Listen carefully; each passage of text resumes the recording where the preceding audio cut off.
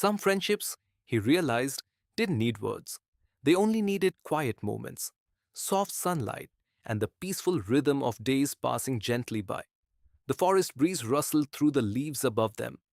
The golden bird sang its soft bell-like song again. And beneath the tall trees, in that calm and golden afternoon, the boy from the village and the bird of the forest sat together in peaceful silence. The trees swayed softly. Sunlight danced between their branches. The place felt alive in a quiet, comforting way. The golden bird fluttered down onto the stone where Kiran often left seeds. It tilted its head again, watching him. "You live here," Kiran said softly. The bird chirped once. "And I live there." He pointed toward the distant village. For a moment he wondered if the bird understood, but somehow it felt like it did. The bird hopped closer, its golden feathers glowing gently in the sunlight. It didn't belong to cages or houses. It belonged to the forest. And yet, it had chosen to share its quiet afternoons with him. Kiran smiled. Snow covered the village in soft white layers, and smoke curled warmly from chimney tops.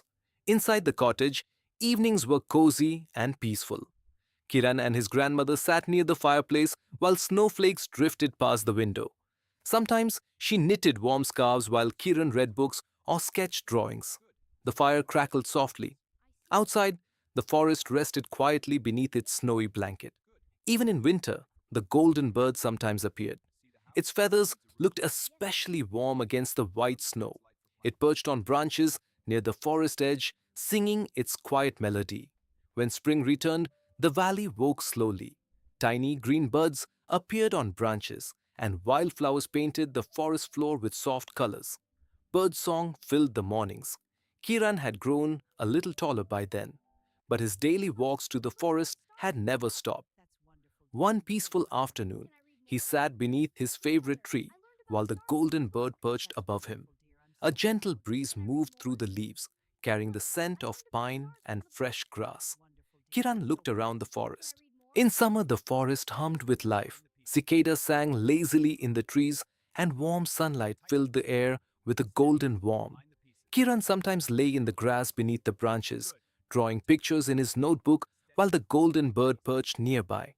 He drew trees, flowers, and the bird itself, though he could never quite capture how softly its feathers glowed. In autumn, the forest changed.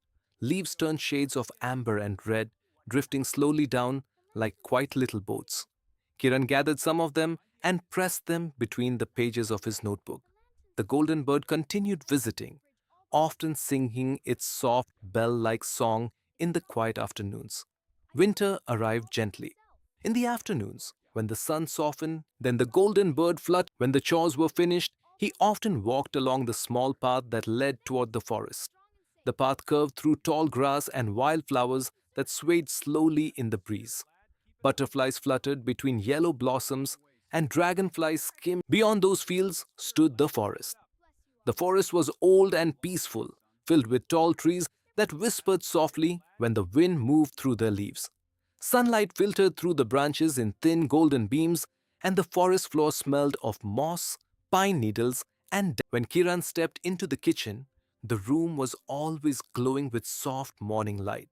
Steam curled gently from the pot on the stove, and the wooden table by the window was already set with two bowls and a small. In a quiet valley surrounded by gentle hills, there was a small village where morning